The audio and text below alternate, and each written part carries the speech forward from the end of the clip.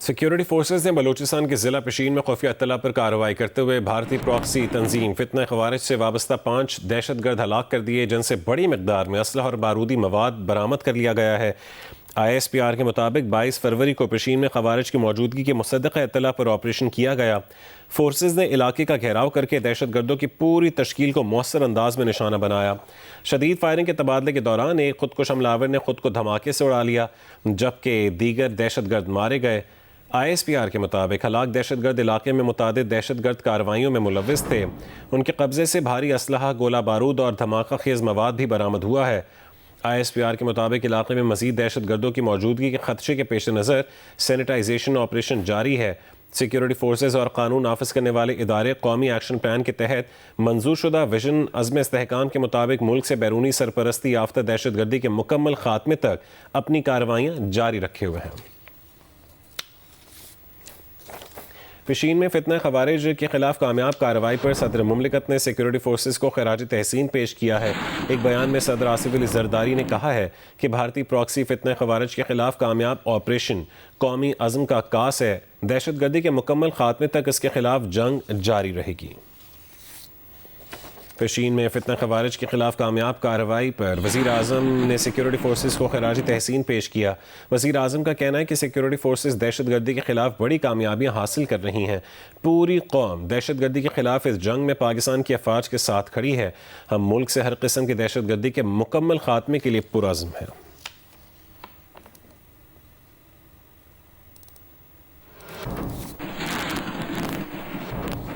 मुख्तलिफ शहरों में गैर कानूनी मुकीम अफगान शहरियों की स्क्रीनिंग, रिहायशी रिकॉर्ड और शनाख्ती दस्तावेज़ात की जाँच जारी है। इस्लामाबाद, रावलपिंडी, मरी, अटक और चकवाल में हसास मकामात, आबादियों और बाज़ारों की स्क्रीनिंग की गई। सिक्योरिटी हुक्काम का कहना है कि गैर कानूनी मुकीम 13 अफगान शहरियों समेत 2 इश्तिहारी मुलजमान को गिरफ्तार कर लिया गया। कार्रवाइयों में police, lady police, rangers, elite police sections ने हिस्सा लिया। कार्रवाइयों में डॉल्फिन स्क्वाड, CTD समेत इंटेलिजेंस इदारे भी शरीक हुए। सिक्योरिटी हुक्काम का कहना है कि पाकिस्तान में गैर रजिस्टर्ड अफगान शहरियों के खिलाफ कार्रवाई बिला इम्तियाज़ जारी रहेगी। वफाकी दारुल-हुकूमत इस्लामाबाद के इंडस्ट्रियल एरिया में सर्च एंड कॉम्बिंग ऑपरेशन मुकम्मल कर लिया गया। रावलपिंडी में हबीब कॉलोनी, अल्लाह आबाद, कच्चा स्टॉप और अतराफ में सर्च एंड कॉम्बिंग ऑपरेशन मुकम्मल किया गया। मरी की तहसील के जनरल बस स्टैंड, लारी अड्डा और गिरदोनवा में सर्च एंड कॉम्बिंग ऑपरेशन किया गया। इसके अलावा अटक के हसन अब्दाल, फतेह जंग, पिंडी घेब में कॉम्बिंग कार्रवाइयाँ मुकम्मल की गईं। ज़िला चकवाल के तमाम 12 थानों की हदूद में खुसूसी सर्च ऑपरेशन किया गया।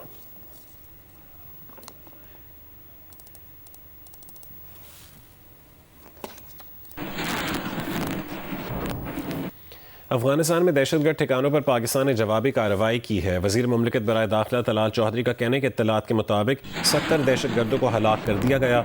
ज़्यादातर हलाक दहशतगर्द पाकिस्तानी थे। 3 मुख्तलिफ मकामात पर दहशतगर्दों के 60 ठिकानों को निशाना बनाया गया। जियो न्यूज़ के प्रोग्राम जियो पाकिस्तान में गुफ्तगू के दौरान तलाल चौधरी ने कहा है कि अफगानिस्तान की अबूरी हुकूमत अपना फ़र्ज़ निभाना नहीं चाहती।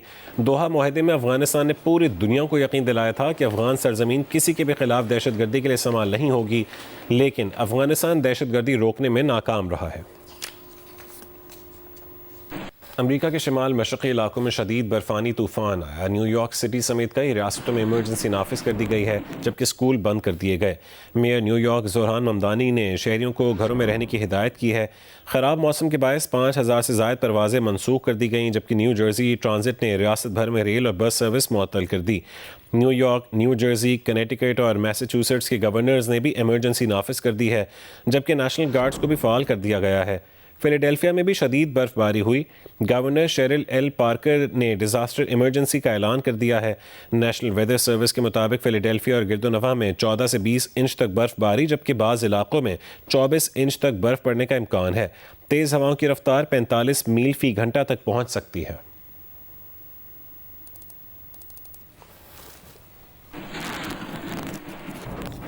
ईरान ने रूस के साथ $579 मिलियन मालियत का खुफिया असलहा मुआहदा कर लिया है। बरतानवी अखबार फाइनेंशियल टाइम्स की रिपोर्ट के मुताबिक ये मुआहदा दिसंबर में मॉस्को में तय पाया और इसका मकसद इसराइल के साथ 12 रोज़ा जंग के दौरान तबाह होने वाले ईरानी फ़ज़ाई दिफाई निज़ाम को दोबारा मजबूत करना है। 2027 से 2029 तक 3 मराहिल में मुकम्मल होने वाले मुआहदे के तहत ईरान कंधे पर रख कर फायर होने वाला जदीद मिसाइल निज़ाम हासिल करेगा। 3 साल के दौरान ईरान को 500 रूसी पोर्टेबल वर्बा लॉन्च सिस्टम्स और 2500 9M336 मिसाइल फराहम किए जाएंगे। रूसी साख्ता वर्बा निज़ाम जदीद इंफ्रारेड गाइडेड मिसाइल है जो क्रूज़ मिसाइल, कम बुलंदी पर परवास करने वाले तैयारों और ड्रोन्स को निशाना बनाने की सलाहियत रखता है और छोटे मुतहरिक दस्तों के जरिए इस्तेमाल किया जा सकता है। इम्कान है कि कुछ वर्बा यूनिट्स पहले ही ईरान को फराहम किए जा चुके हों।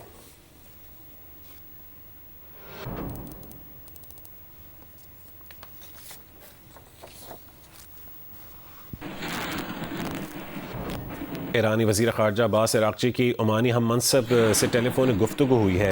ईरानी वज़ारत ख़ारजा के मुताबिक दोनों वज़राए ख़ारजा ने जुमेरात को ओमान में होने वाले ईरान अमरीका बिलवास्ता मुज़ाकरात पर तबादला ख़याल किया।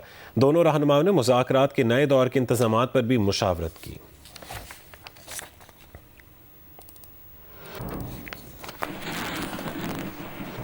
मेक्सिको में फौजी ऑपरेशन में बदनाम ज़माना कार्टेल सरबरा एल मेंचो हलाक कर दिया गया। मुल्क भर में हंगामे फूट पड़े।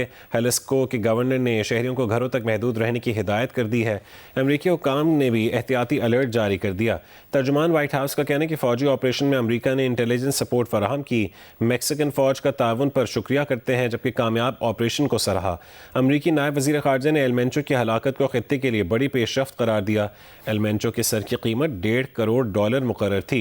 मेक्सिको की वजारत दिफा के मुताबिक मगरबी रियासत हेलिस्को में सिक्योरिटी फोर्सेस के साथ फायरिंग के तबादले में बदनाम ज़माना कार्टेल का सरबरा एल मेंचो शदीद ज़ख्मी हुआ जो मेक्सिको सिटी मुंतकिल करते हुए दम तोड़ गया। कार्रवाई के बाद मुल्क भर में पुरतशद्दुद हंगामे फूट पड़े। एयरपोर्ट पर भगदड़ मच गई। मुतादिद रियासतों में गाड़ियाँ जला दी गईं। मुसल्लह अफराद ने शाहराएँ भी बंद कर दी।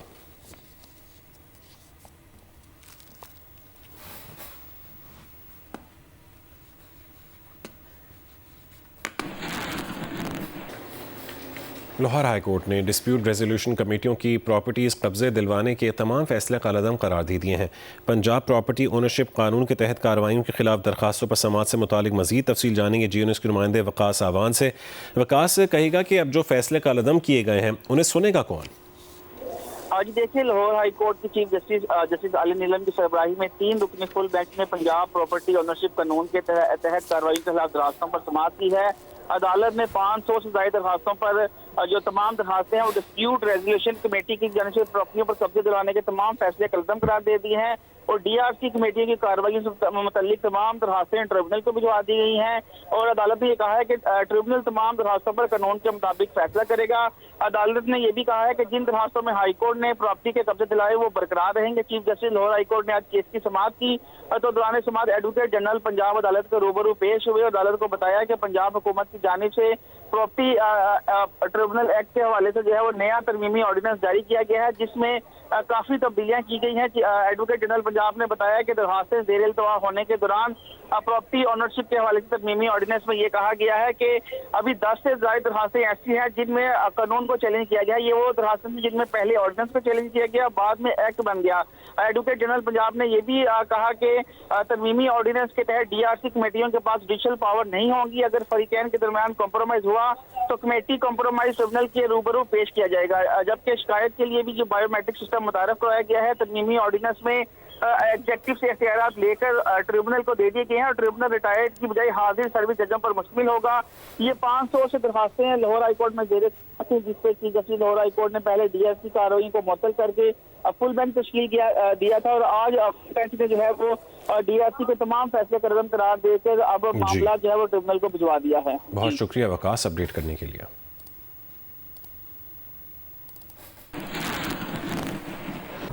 सुप्रीम कोर्ट के बाहर तहरीक इंसाफ के अरकान पार्लियामेंट का एहतजाज जारी है। बानी पीटीआई के मुकदमात मुकर्रर करने, अहल खाना से मुलाकात करवाने का मुतालबा किया जा रहा है।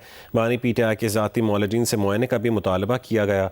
एहतजाज में अपोजिशन लीडर सेनेट अल्लामा राजा नासिर अब्बास, सलमान अकरम राजा और दीगर शरीक हैं।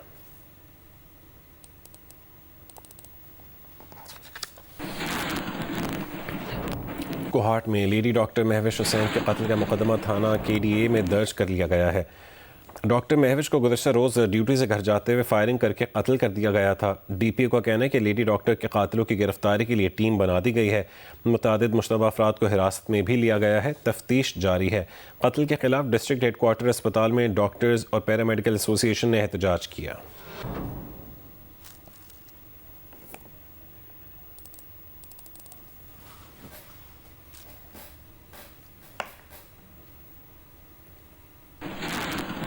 पाकिस्तान और इंग्लैंड की टीमें कल ICC T20 वर्ल्ड कप के सुपर 8 मरहले में मद्दे मुकाबल होंगी। दोनों टीमों की आज क्या मसरूफियात हैं, बताएंगे सुहेल इमरान।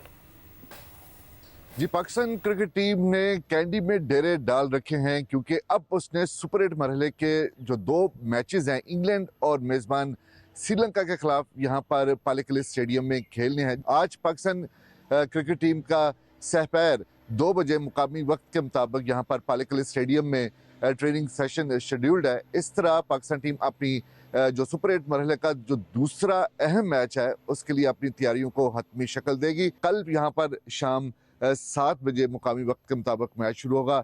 मौसम कदरे बेहतर है, थोड़ा सा मुख्तलिफ है कोलंबो के मुकाबले में, लेकिन आप देख सकते हैं कि बादल का आना जाना यहाँ पर भी लगा रहता है। पिछले 4-5 रोज़ यहाँ पर शदीद बारिशें हुई हैं। गुज़िश्ता रोज़ भी कुछ इसी तरह ड्रिजल जारी रही थी दिन में, लेकिन मैच मुकम्मल हो गया था। आज भी प्रेडिक्शन कम है बारिश की, लेकिन किसी भी वक्त यहाँ पर पासिंग शावर जो हैं वो हो सकते हैं। आर्मी के मुजम्मिल मुर्तज़ा ने नेशनल रमज़ान टेनिस टूर्नामेंट जीत लिया है। गर्ल्स कैटेगरी में पन्नू आकिल की रुमैसा मलिक चैंपियन बनी।